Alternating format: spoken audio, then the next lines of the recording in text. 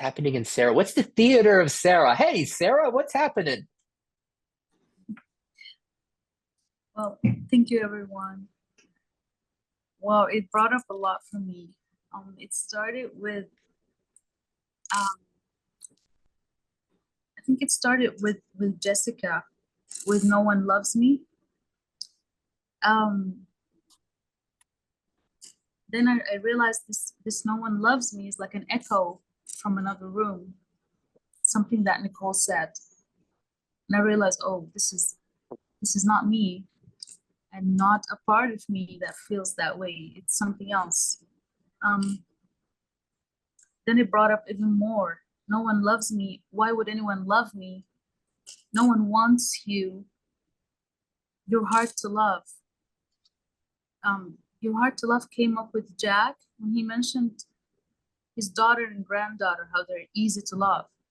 That brought up immediately the voice that said, you're hard to love. So all of these voices, like they were the burdens, like from my inner child and from my teenager parts. You know, they got these burdens. No one loves me. Why would anyone love you? You're hard to love. And then I realized, oh, these are legacy burdens from my parents and from teachers, from other people that said mean things to me, that made these inner children and teenager parts, and even some adult parts, like these burdens are not mine. These are legacy burdens from these people. And I just felt so much compassion for all of my parents that had these burdens.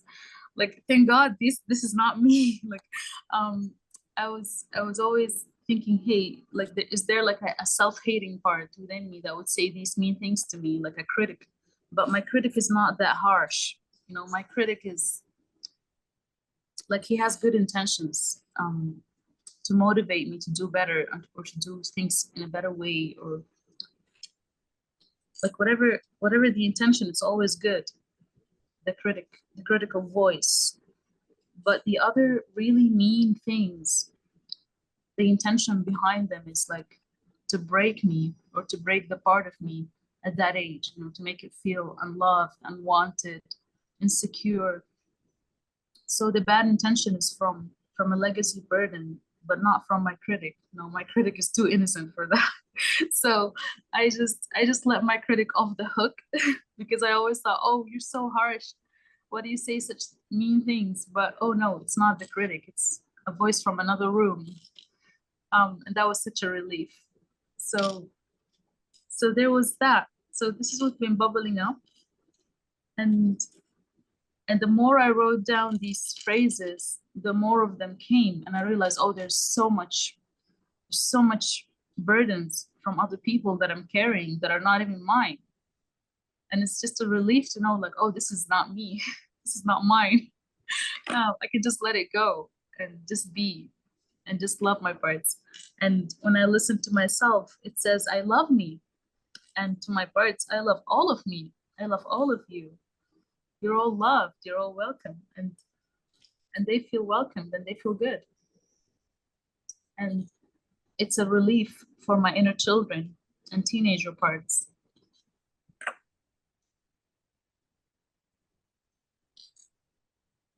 All right, that was our, like Steve Jobs, the Apple thing. We had one last thing. This was the big surprise for us all today, was what Sarah just shared. The compassion that she has, so much compassion she describes that she has for these parts that are carrying these burdens, these ancestral burdens that are not hers. No one loves me. You are hard to love.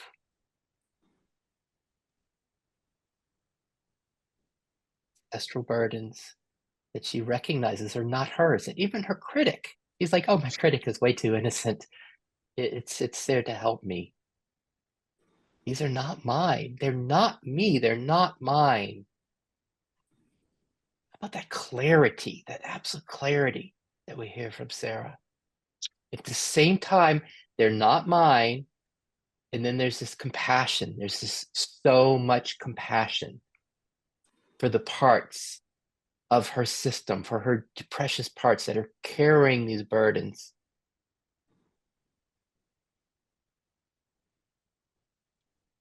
When Sarah speaks of the innocence of her critic, I'm going to push the edge a little bit for us. Are we able to see the innocence of her parts that she has compassion for? Can we discern between the innocence of the parts and these legacy burdens they carry? No one loves me. You're too hard to love. That these burdens can be here, but the parts that carry them, that Sarah, that there's just innocence there. These ancestral parts, ancestral burdens that aren't hers, that there's innocence that carries them, just as she spoke about her critic. You could feel it. You could feel the love that was there as she spoke of the innocence of her critic. Are we able to see her parts, even the ones that just might be overwhelmed by these ancestral burdens, the weight of them, like a little kid with a huge backpack? We see the innocence of that. And Jessica helped us. Jessica opened all this up for us in the freedom that she's finding in her system and the openness. Can we see the innocence in Sarah's system? This is a big deal. This is a real gift. This is why I love these groups better than one-on-one. Because if we can see the innocence in Sarah's parts, something like that can be a real tipping point for our own systems. Like these ancestral burdens, they're not mine. They're not mine. This isn't me. This weight, these big backpacks that I've been carrying, the shame, the wrongness, that I'm not good enough, I can't be loved.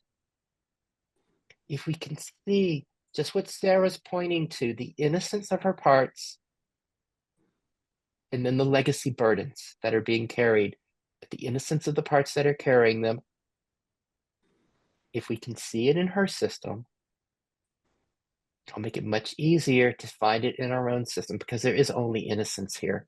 There's only innocence in these parts. And I'm speaking subjectively from my experiences for each of us to find for ourselves. Then can you taste this, resonate with this inside of you? These parts that feel so much weight and contraction, and as we call these exiles, these ones that are burdened. Can you taste, can you glimpse the innocence of your parts, the innocence of these parts, and even maybe see, like I really see, like big backpacks of burdens that they're carrying, these ancestral burdens. Oh my God, these little parts in these big backpacks, these ancestral burdens that aren't mine, they're not yours. Wow, we've got 5 minutes left. Sarah, you want to say some final words on this, and we'll see open it up for the group.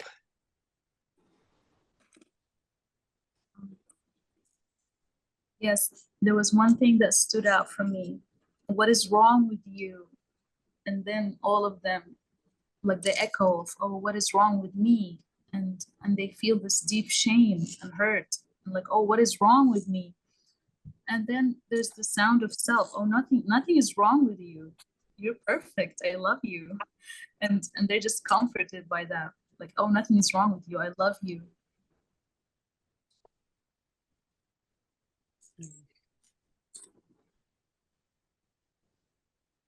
We find the two in our systems, just like we were playing with David, the back and forth.